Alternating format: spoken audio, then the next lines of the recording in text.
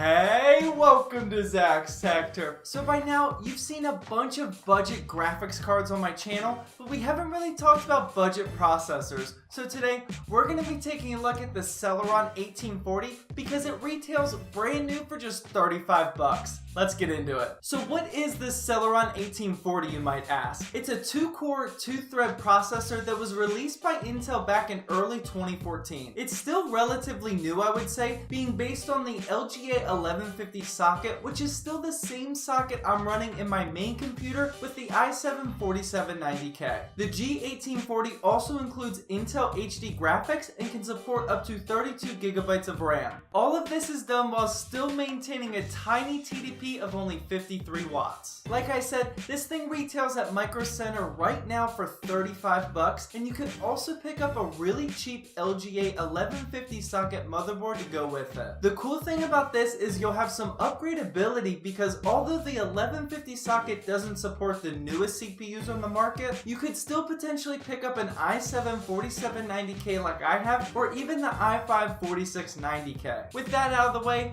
let's get into some benchmarks. For today's testing ring, we're going to be going with my main motherboard, the MSI Gaming 5, because even if you bought a way cheaper one, this shouldn't affect performance. Along with that is 8 gigabytes of 1600 megahertz DDR3 RAM, and I decided to roll with the RX 460 as my GPU of choice. The RX 460 is going for right around 100 bucks right now, so I thought it was a perfect fit for this budget processor. Make sure you guys check my Should You Game with a $100 graphics card video if you haven't seen that one already. And like always, the video clips you're about to see have lower FPS due to recording the gameplay, but the frame rates you'll see on the right side of the screen are accurate and what you should expect. The first game I ran was CSGO because it's very popular and actually taxes the CPU more than the GPU. In 1080p on medium settings with 2 times anti-aliasing, I was averaging 80 FPS. This was a great result for someone like me on a 60Hz panel, but if you want even more frames out of this, you should have no problems. Next up, I went with Overwatch because once again, it stresses the CPU more than the GPU. In 1080p on medium with the resolution scale locked to 100%, I was averaging a solid 58 FPS. Sticking with the esports theme, I went straight to one of my personal favorites, Rocket League. In 1080p with the render set to high quality and everything else set to quality, I averaged an impressive 101 frames per second. It was silky smooth, however, there were some frames lost, but it was still very enjoyable. Alright, so after that, I decided to really press this system. I went with the new For Honor and ran the in-game benchmark to see what this processor could do. In 1080p and medium settings, I averaged a very respectable 53 FPS, and the game looked really amazing. Results like this make me think about just how good PC gaming is these days. I mean, come on, it's a $35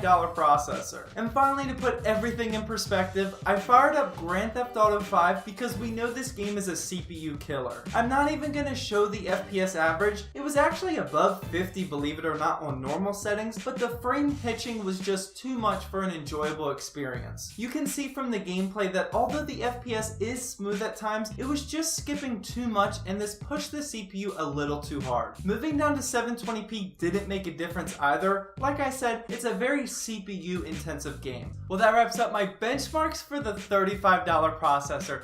Videos like this on my channel completely blow me away because I just can't believe how good of a system you can get for so cheap these days. If you combine this processor with an RX 460, you could build a brand new PC for like $300 to $400 and get these same results. Well, I hope you guys enjoyed this video. Please drop a like down below to help support my channel, and as always, thank you for watching, and please subscribe for more Zach's Tech Turf videos.